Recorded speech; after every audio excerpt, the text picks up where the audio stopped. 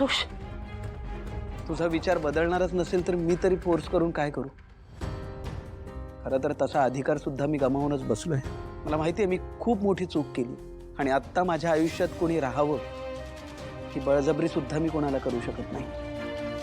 एक मिनिट तू थांब जरा, मी बोलते तिच्याशी. आई, एक मिनिट. बरोबर आहे तिचं. खरं तर आता मी सिंचनासारख्या जोडीदाराला डिझर्व करत नाही. ठीक आहे, तुझा निर्णय झालाच आहे तर मी करतो सही.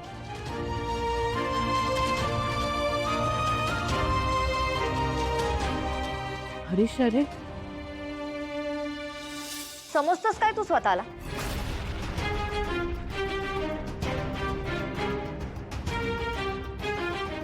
Stop it Hari. तू खरंच सही करायला निघालास? अगं आता तूच म्हणालीस ना, तुझा निर्णय झालाय, तुझ्या सह्या सुद्धा झाल्या आहे, म्हणून करतोय. दिस वॉज युअर टेस्ट हॅरी. तुला खरंच असं वाटतं की मला तुझ्यापासून डिवोर्स हवाय?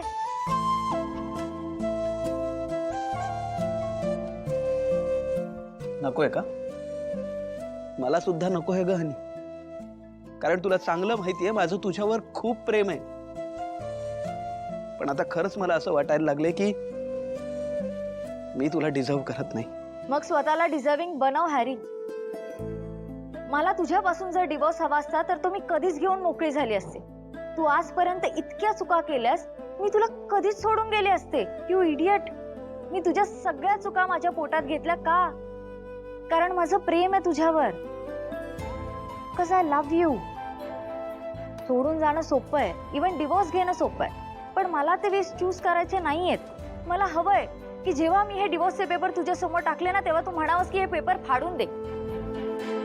मला हवंय की तू मला विचारावंस की मी स्वतःमध्ये काय बदल करू हनी, म्हणजे तू मला सोडून जाणार नाहीस. मलाच काय, तू तुझ्या आई बाबांना विचार, वीणा वहिनींना विचार, ह्या घरात कोणालाही विचार. असा कसा आहेस रे तू? समोर पेपर आले नाही की निघाला साईन करायला? सिंचना, बाळा म्हणजे तुला तुला हरीशला घटस्फोट द्यायचा नाहीये ना? ऑफकोर्स नाही आई. तो चुकला म्हणून तुम्ही त्याच्याशी नातं तोडलत का? का नाही तोडलं? कारण तुम्ही त्याची आई आहात. किती काहीही झालं तरी आई आणि मुलाचं नातं कधी तुटत नाही. तसंच आमचं नवरा बायकोचं नातं हे एका सिग्नेचरने का तुटावं? आई आणि मुलांची भांडण होत नाहीत का? तसंच आमचं नातं असायला काय हरकत आहे? लक्ष्मी, आत्ता कळतंय आपली सून आपल्या कल्पनेपेक्षा खूप जास्त समजूतदार आहे. अगदी खरंय, आपली सून आहेच गुणाची.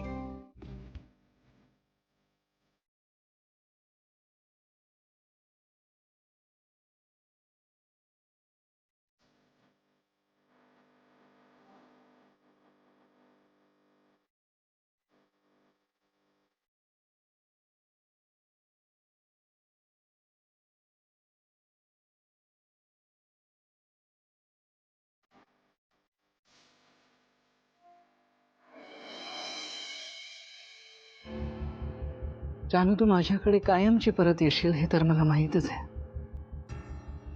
पण आज तुझ्या वाढदिवसाच्या दिवशी मला ऍटलिस्ट तुला भेटायचं आहे. एकदा, फक्त एकदा तुला भेटून प्रत्यक्ष विश करायचंय जानू.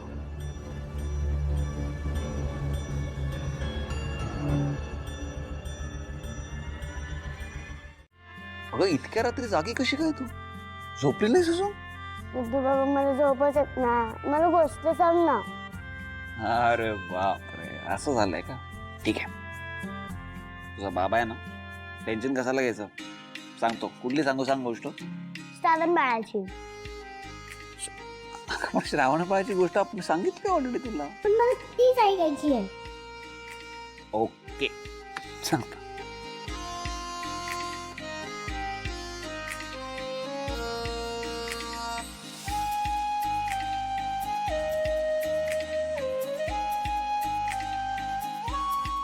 बाप रे, वाव. हे गुंड्या, अगं झाली गोष्ट. आणि तू झोप, तू केवढा उशीर झालाय? बाबा मला झोपच येत नाहीये ना.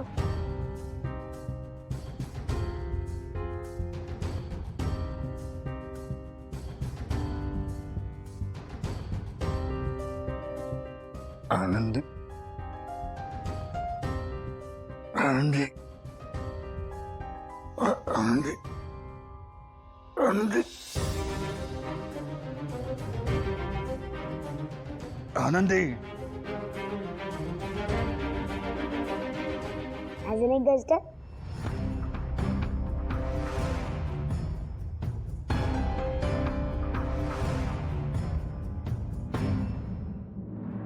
गुंड्या नाही नाही, हे बघ, नाहीतर उद्याच तुला उठायला लेट होतो आणि मग अगं ऐक ना बाबा गुंड्या. बरं बरं. कोण जागतंय एवढ्या उशिरापर्यंत? पाहुणा आहे. आनंदी, किती उशीर झालाय? का जागी आहेस तू एवढ्या वेळ? तू माझ्याशी बोल ना. आता इकडनं मी कसं झोपवणार तुला? गाणं म्हण.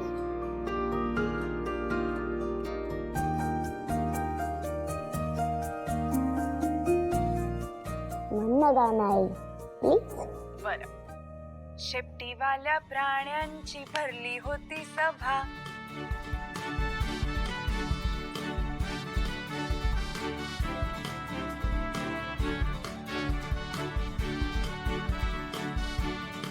गाय म्हणाली, गाय म्हणाली. अगं आई, असं नाहीये ते. अगं गाय म्हणाली अशा अशा, शेपटीने मारेन मी माशा.